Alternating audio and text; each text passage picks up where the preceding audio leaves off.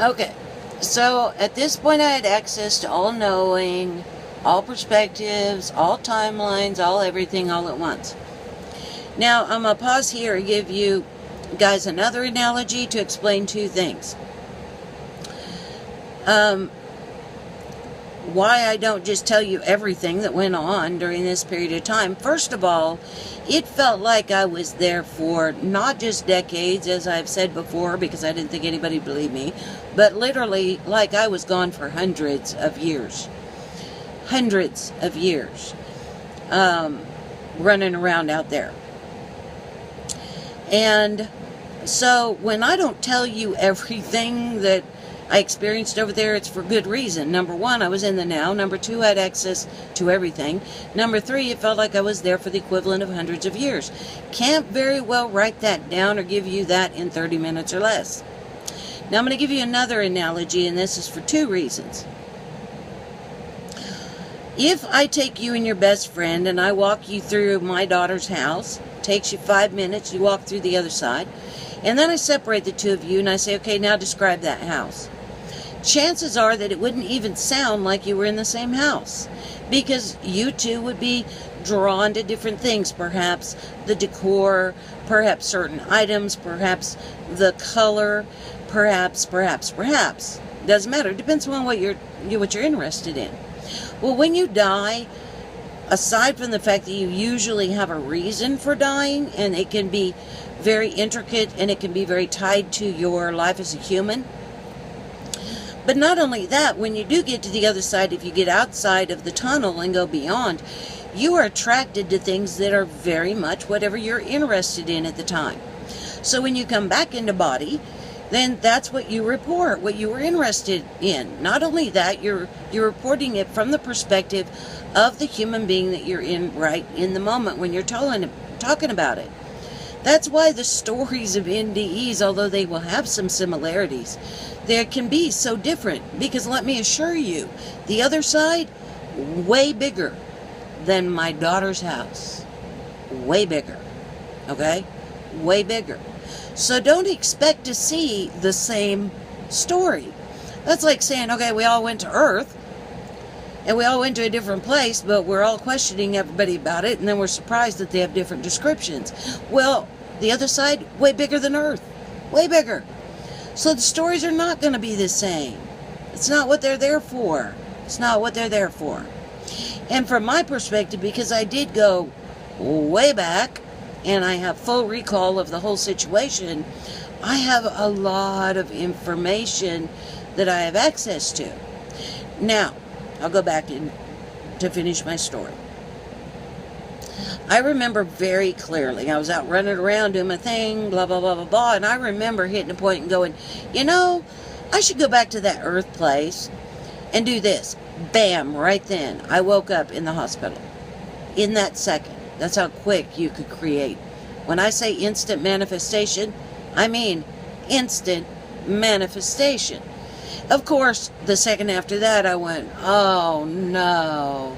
Because very quickly, I mean, about the time I hit, I think, people's heaven and hells, about that time, I'd completely forgotten about the time-space thing. Very shortly after that, I forgot that you were stuck here. I'm used to most of my normal state, because I don't do physical and I've never done human before. My normal state is not in physical, so I have a lot of freedom as the being that I normally am. So I completely forgot that part of it. The whole being stuck in time, space, and being stuck in a human body and all that stuff. I'd completely forgotten about it, and I just didn't focus. So I woke up and I went, oh no. So here I am awake, and let me tell you, when you're a single mom and you haven't worked for 30 days in the United States, this is bad news all the way around. I had lost everything. Everything. I had my pickup. It was paid for. And now I basically, my kids were pasted against the wall, terrified, because I had taught them, like any decent nurse does, teach their kids, that if I'm ever in a comatose state, don't hook me up to any machines, let me die. And of course, they had hooked me up to all of them. All of them. So I looked around, knew I was in the hospital, had no idea I'd been out for 30 days at all. So I turned around and I in and out for the first week or so. And I don't remember all of it. Hell, I don't even remember a good portion of the first 6 months I was out of the hospital. That comes and goes as my body got better, because you're very debilitated. Well, the doctors had said I was going to die. And then when I didn't die, they said I'd be brain dead. When I wasn't brain dead, they said, well, I would never wake up. And then when I woke up, they said, well, I would have severe cognitive impairment. And then when I wasn't severely cognitively impaired, they said, well, I'll never walk again. And I certainly would never work again, because the infection had eaten up the valves in my heart, causing me to have an EF of less than 32%. And if you don't know what that means that basically my heart could not pump enough blood through the system to allow me to stand and walk. Okay? It just was very debilitated. And the only way that would be fixed was if I had open heart surgery and repaired those heart valves, which according to modern medicine is the only way to fix that problem. Okay, so here I am, and I'm awake, and I'm going, okay, the kids have calmed down after I've talked a little bit. I keep falling asleep, waking up, falling asleep. And then the kids aren't there when I woke up one time, and I had to go to the bathroom. So if anybody's seen Kill Bill movies, when she's in that coma for a long time, and she pulls her legs out of bed and falls flat on her face, yeah, I did that, because I didn't know that I had been in a coma for 30 days. So, yeah, I pulled myself to the bathroom and then called for help. So, needless to say, the way I was raised is if you can't pay for it, medical care, you don't get medical care. We did a lot of doing it ourselves growing up.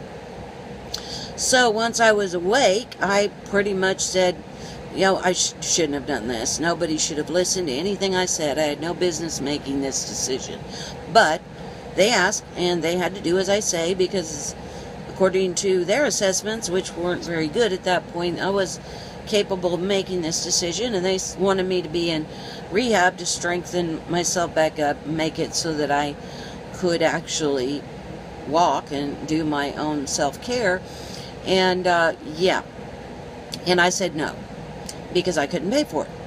So I pretty much checked myself out. Now, if I would have stayed in there, at least I could have had some time to figure out a place to, like, live with my underage daughter. But I didn't. I just checked myself out. So the kids took me out and got me in the pickup that I still had, and my old pickup that you've seen in videos that I still have.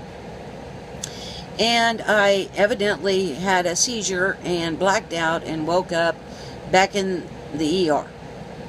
And they did a CAT scan and didn't find anything wrong with me. And I can tell you what was wrong with me. They discharged me too soon, and they put me out in a pickup with no air conditioning in the middle of Texas heat.